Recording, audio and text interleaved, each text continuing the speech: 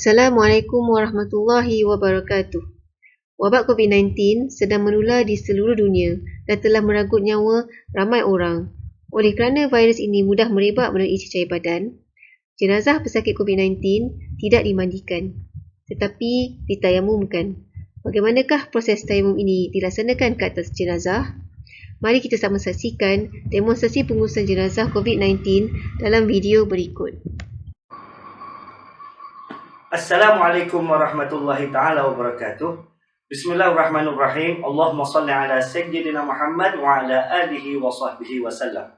Pertamanya kita merafakkan kesyukuran kehadirat Allah Subhanahu wa taala kerana dengan limpah dan kurnianya kita dapat bersama-sama dalam satu sidang video dalam menunjukkan tata cara pengurusan jenazah bagi jenazah-jenazah yang terlibat dengan penularan wabak berbahaya seperti COVID-19. Tanggungjawab kita terhadap mana-mana jenazah ada 4, iaitu memandikan, mengkapankan, solatkan dan kebumikan. Namun bagi jenazah yang terlibat dengan wabak penularan bahaya seperti COVID-19, kita tukarkan pemandian kepada tayamum. Ini bertepatan dengan Muzakarah Majlis Fatwa Kebangsaan kali ke-107 yang berlangsung pada 10 dan 11 Februari tahun 2015. Dalam arti kata yang lain, urusan terhadap jenazah-jenazah yang terlibat dengan penularan wabak berbahaya seperti COVID-19 adalah seperti biasa.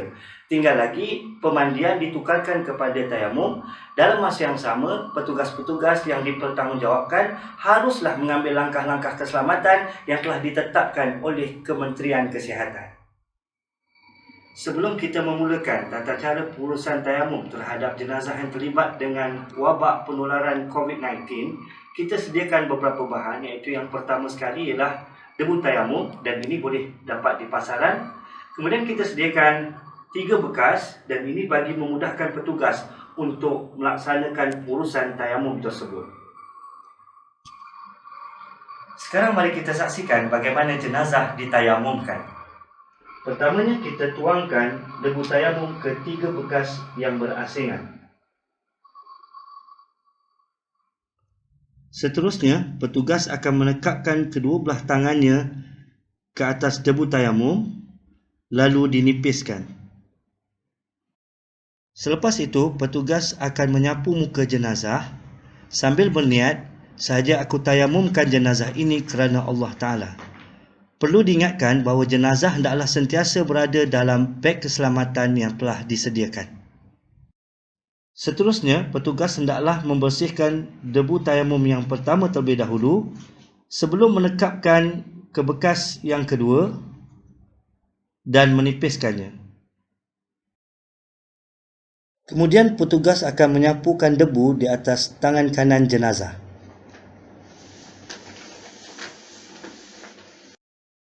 Seterusnya, petugas akan membersihkan debu yang kedua tadi sebelum menekapkan tangan ke bekas yang ketiga, lalu dinipiskan. Seterusnya, petugas akan menyapu tangan kiri jenazah. Perlu diingatkan bahawa semua proses ini dilakukan dalam keadaan menyapu di atas beg plastik sahaja. Maka selesailah proses mentayamumkan jenazah. Setelah selesai rukun yang pertama, mari kita lihat rukun yang kedua, iaitu mengkapankan jenazah. Seperti biasa, bagi jenazah lelaki, kita sediakan 3 helai kain kapan, manakala bagi jenazah perempuan, kita sediakan 5 helai kain kapan. Setelah jenazah diletakkan di atas kain kapan, proses pun akan bermula. Sebelum itu, perlulah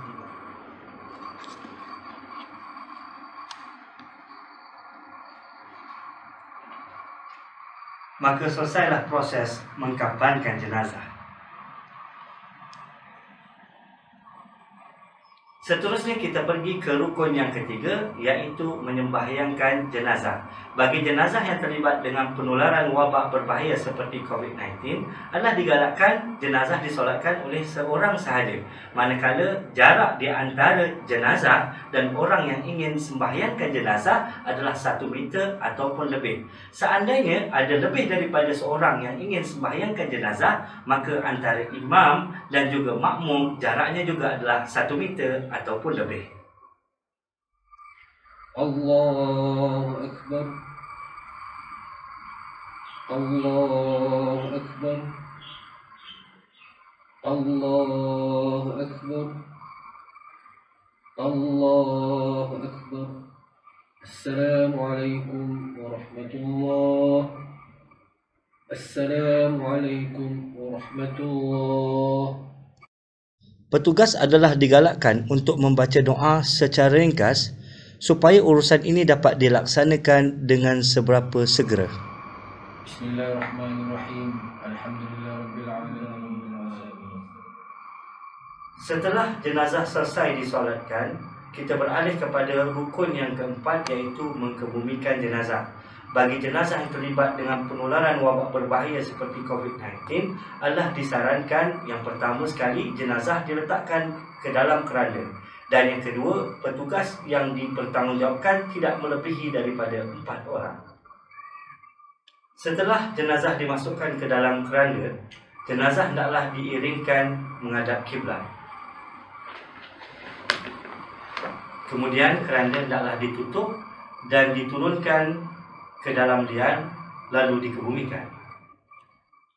Demikianlah tadi tata cara pengurusan jenazah bagi mereka-mereka yang terlibat dengan penularan wabak berbahaya seperti COVID-19. Mudah-mudahan ini semua memberi manfaat kepada kita. Wa hakaza tajhizul mayyit bi tariqati tayammum. Assalamualaikum warahmatullahi taala wabarakatuh. Wa ila liqa ma'as salamah. Saya Ustaz Muhammad Amir bin Haji Muhtaram. Saya Ustaz Haji Nordin bin Muhammad. Saya Imam Muhammad Syamuddin bin Ali. Saya Muhammad Farizal sebagai juru audio. Assalamualaikum tuan-tuan dan puan-puan yang dihormati. Begitulah tadi demonstrasi asas pengurusan jenazah pesakit COVID-19. COVID-19 adalah sejenis penyakit berjangkit yang mempunyai tahap risiko yang tinggi, iaitu tahap risiko 4. Penyakit tahap risiko 4 adalah penyakit berjangkit yang menyebabkan kesan jangkitan yang sangat teruk dan tiada langkah rawatan yang berkesan untuk menanganinya. Oleh itu, saya ingin mengulas beberapa isu penting mengenai pengendalian jenazah COVID-19 seperti yang ditunjukkan di dalam video tadi. Perkara pertama, semua petugas yang mengendalikan jenazah COVID-19 perlu memakai pakaian pelindungan diri yang disediakan oleh pihak hospital.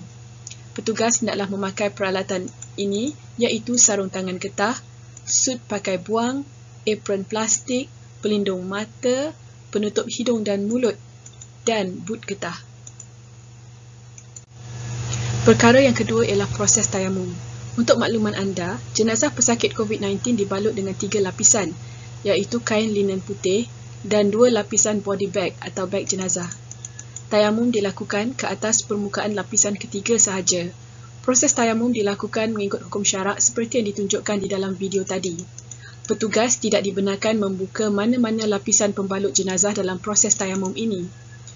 Untuk proses tayamum, hanya seorang petugas dibenarkan untuk melaksanakannya dan petugas perlu berpakaian seperti yang ditetapkan. Perkara ketiga adalah mengenai solat jenazah. Video tadi telah menunjukkan demonstrasi pelaksanaan solat jenazah dan bacaan doa. Untuk jenazah pesakit COVID-19, solat jenazah hanya boleh dilaksanakan di ruang yang telah ditetapkan di hospital. 1 atau 2 orang petugas sahaja dibenarkan menunaikan solat jenazah.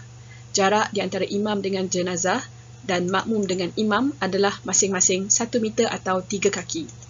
Mengikut garis panduan Jabatan Kemajuan Islam Malaysia atau JAKIM, petugas tayamum tidak dibenarkan untuk menunaikan solat jenazah. Untuk makluman semua, satu garis panduan tata cara pengurusan jenazah orang Islam COVID-19 telah diterbitkan oleh Jabatan Kemajuan Islam Malaysia atau JAKIM. Tuan-tuan dan puan-puan boleh merujuk kepada garis panduan ini untuk mengetahui dengan lebih lanjut mengenai pengurusan jenazah pesakit COVID-19.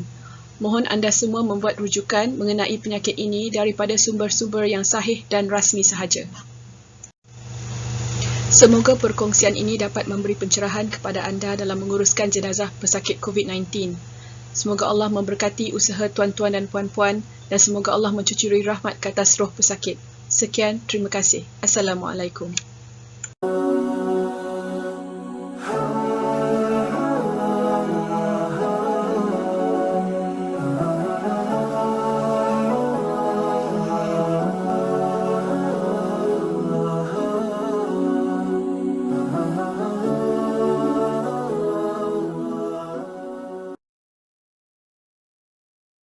Alhamdulillah, video yang diilhamkan oleh Dr. Aidalina Mahmud dan Dr. Aida Jaafar ini telah berjaya dirakamkan. Saya ingin mengucapkan setinggi-tinggi penghargaan kepada Ustaz Haji Nordin Muhammad dan Ustaz Haji Amir Muhtaram dari Sekolah Menengah Kebangsaan Datuk Syed Isa Batu Pahat Johor. Juga penghargaan dirakamkan kepada Imam Muhammad Isyamuddin bin Ali dari Masjid Datuk Bentara Luar Batu Pahat serta Encik Muhammad Zahir dan Encik Muhammad Faizal yang membantu dalam editing dan audio video tersebut.